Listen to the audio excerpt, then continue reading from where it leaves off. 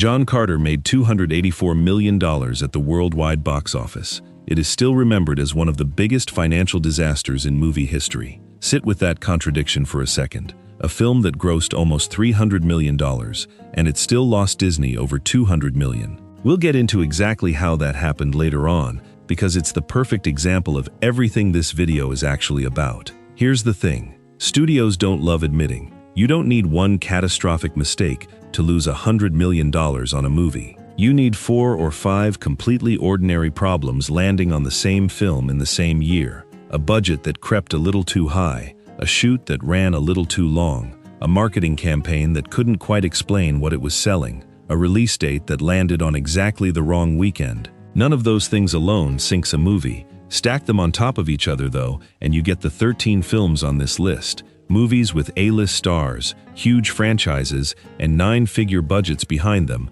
that still managed to lose their studios a fortune. We're going year by year, from 2000 up through last year. And by the end, you're going to start noticing the same handful of mistakes, wearing different costumes every single time. Quick note before we dive in. Every dollar figure here is a journalist or industry analyst estimate, not a number the studio ever officially confirmed. Studios almost never release real loss figures, so treat these as the best publicly reported guesses, not gospel. Okay, let's start at the beginning.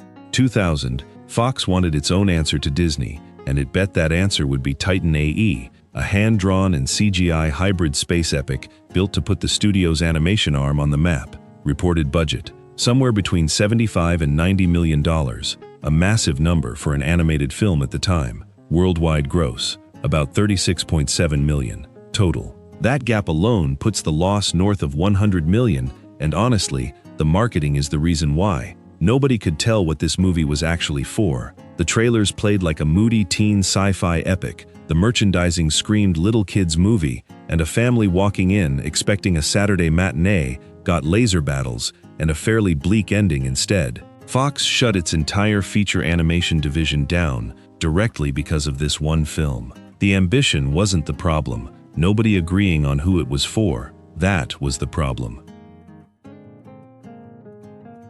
2 years later, Eddie Murphy handed Sony maybe the most infamous flop of his career, The Adventures of Pluto Nash. One of his biggest paydays ever, a sci-fi comedy built entirely on the bet that his name alone would sell tickets. The studio spent around $100 million.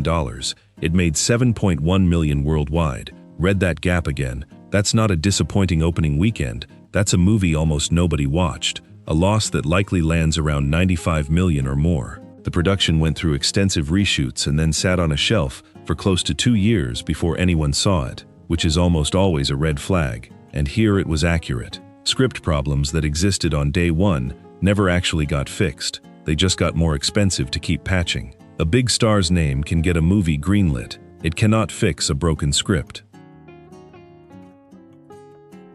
2003 gives us a different flavor of disaster. Jiggly tried to turn real-life tabloid heat into box office gold. Ben Affleck and Jennifer Lopez were, at that exact moment, the single most photographed couple on the planet, and the studio bet that Bennifer Energy would carry a crime comedy nobody had actually been asking for. Budget, a relatively modest $54 million. Worldwide gross, $7.3 million, for a shortfall of more than $75 million. After disastrous test screenings, the studio ordered reshoots that leaned even harder into the romance, doubling down on the exact thing that wasn't landing. Reviews were, and I'm being generous, savage, and the tabloid fame that was supposed to pull audiences in worked against the film instead, because by release day, people were sick of hearing about the couple. Real-life buzz around two people is not the same thing as demand to see a movie they made together.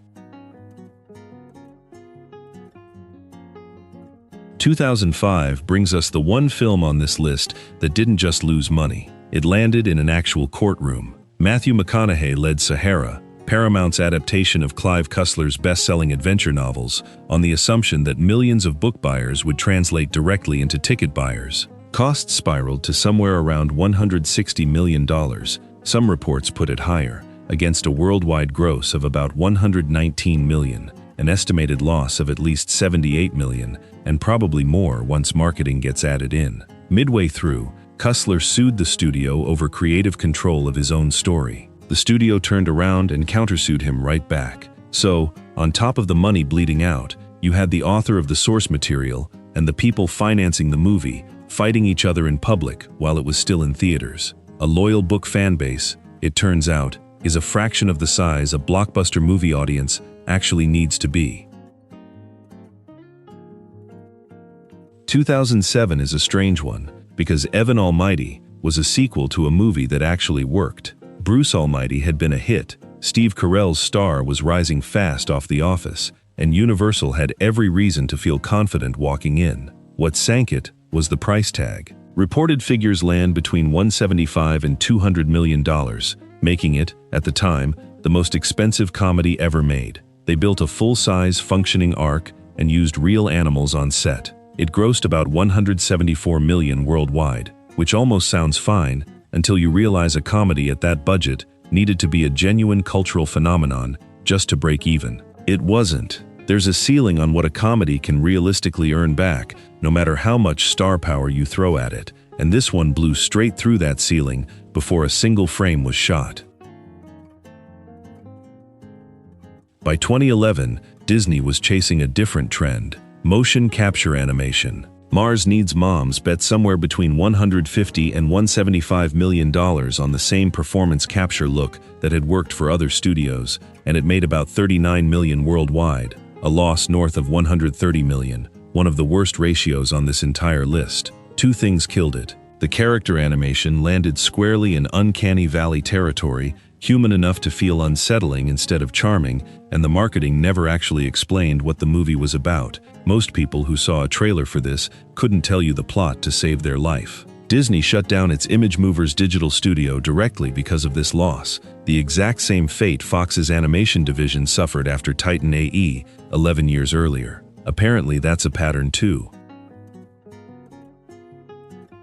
Remember that number I opened with? $284 million grossed, and still one of the biggest losses in movie history? Here's exactly how that happened. John Carter was Disney's attempt to build its own Avatar. They took a set of pulp adventure novels written by Edgar Rice Burroughs over a century earlier, genuinely groundbreaking in their day, a direct influence on Star Wars, and basically the entire sci-fi genre, and tried to turn them into a brand new franchise from scratch. Reported budget after tax credits, around $264 million, one of the most expensive productions ever mounted at that point. Worldwide gross, $284 million. On paper, that reads like a hit. In reality, it's an estimated $200 million loss, because between the ballooning production costs and a marketing spend that reportedly pushed close to $100 million more on top, the film needed to clear something like $600 to $700 million just to break even. And the marketing itself was almost comically confused.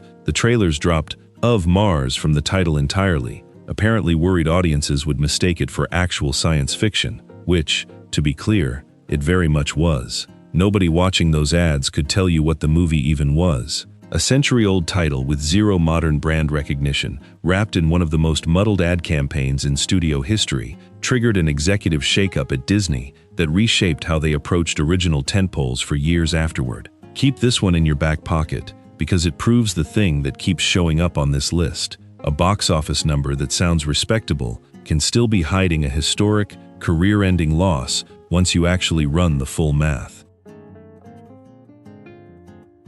Disney apparently didn't learn that lesson right away, because the very next year, they tried almost the identical formula with The Lone Ranger. Producer Jerry Bruckheimer wanted to repeat the Pirates of the Caribbean playbook, take a familiar property, cast Johnny Depp in an eccentric supporting role, spend enormous money on scale, except this time the genre was the Western instead of swashbuckling adventure. Reported budgets range from $225 to $275 million.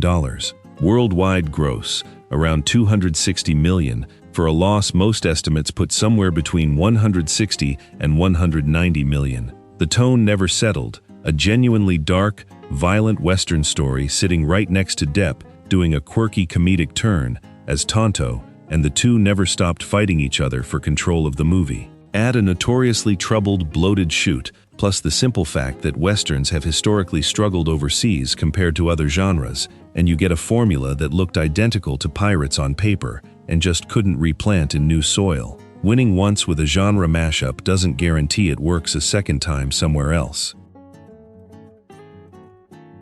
Fast forward to 2019, and Terminator: Dark Fate is the strangest case on this list because everything that was supposed to make it work actually happened. Linda Hamilton came back, Arnold Schwarzenegger came back. James Cameron himself returned as a producer, explicitly framing this as the true sequel to Terminator 2 and quietly ignoring every other film the franchise had made in between. Production reportedly cost between $195 and $196 million. Worldwide gross, about $261 million, for an estimated loss between $120 and $130 million once marketing is folded in. The problem wasn't this specific movie so much as everything that came before it. The franchise had already burned through multiple disappointing sequels across the 2000s and 2010s, and by 2019, general audiences had simply stopped trusting the name Terminator to mean something good. You can bring back every original piece that made people fall in love with a franchise, and it still might not undo years of accumulated fatigue. 2020 gave us Dolittle, Robert Downey Jr.'s attempt to prove he had a career beyond Iron Man. Universal treated it as the launch of a brand new family franchise, with a reported budget around $175 million. Here's the twist. Dolittle actually made $245 million worldwide, more than its own production budget, and it's still considered one of the biggest bombs of that entire year, with losses estimated somewhere between 50 and 100 million. Same underlying lesson as John Carter, just a smaller scale. Extensive reshoots quietly pushed the real cost well past that original $175 million number, and a much-mocked vocal performance and accent choice from Downey turned into a punchline before the film even opened wide. A healthy-looking gross means nothing if the true total cost, production plus marketing, was outrunning it the entire time behind the scenes. 2022 brought us Amsterdam, and it's close to a case study in star power alone no longer being enough. David O. Russell's period mystery comedy assembled one of the most stacked casts of the entire decade. Christian Bale, Margot Robbie, John David Washington, Robert De Niro, even Taylor Swift in a supporting role. The original budget sat around $50 million, but a pandemic-forced location change pushed it up to roughly $80 million. Worldwide gross, $31.2 million, for an estimated loss around $97 to $100 million on a movie packed with A-listers. There was no franchise, no existing IP to lean on, and reviews were genuinely brutal. It sat around 33% on Rotten Tomatoes. Turns out a cast full of famous faces isn't remotely a guarantee that people will buy a ticket for an unfamiliar original story. 2024 delivered maybe the most surprising failure on this entire list, because the first film wasn't just a hit, it was a billion-dollar Oscar-winning phenomenon. Joker, Folie à Deux, walked in with one of the biggest built-in audiences any sequel has had in recent memory. Reported cost, somewhere between $190 and $200 million. Worldwide gross, about $206 million, for an estimated loss, landing anywhere from $150 to $200 million once marketing gets included. This one flips the usual script, because the marketing wasn't confused at all. Audiences knew exactly what genre bend they were getting, a jukebox musical, and a huge chunk of them simply didn't want it. Word of mouth turned brutal within days. A built-in audience will still walk away fast if a sequel abandons the exact thing that made them show up in the first place. And we'll close on the most recent one, still fresh for a lot of people. Disney's live-action Snow White from 2025, starring Rachel Zegler, part of the studio's ongoing strategy of remaking its animated classics with real actors. Reported budgets run from $240 to $270 million. Worldwide gross came in around $205 million, for an estimated loss of $115 million or more. Honestly, the box office numbers almost feel like a footnote here, because so much of what defined this film happened before a single ticket sold. Months of pre-release controversy dominated the conversation, and by the time critics and audiences actually weighed in with a fairly lukewarm response, the story had already been written. Sometimes, the loudest chapter of a movie's history happens before anybody's actually seen it. So step back and look at all 13 of these side by side: animation, comedy, westerns, sci-fi epics, superhero sequels, prestige dramas, and you start seeing the same culprits again and again, just wearing different outfits. Sometimes it's a budget that outran any realistic path to breaking even, like John Carter, or The Lone Ranger, or Evan Almighty. Sometimes it's a production that spiraled through reshoots and delays, like Pluto Nash or Giggly or Dolittle. Sometimes marketing simply couldn't explain what the movie even was, and that one alone took down Titan AE, Mars Needs Moms, and John Carter. Other times it's a franchise running on fumes, the way Terminator and Joker both found out the hard way. Sometimes it's star power attached to a concept nobody was actually asking for, like Amsterdam or Jiggly. And every so often, it's something nobody could have fully planned for. A lawsuit derailing Sahara, a pandemic rewriting Amsterdam's budget overnight,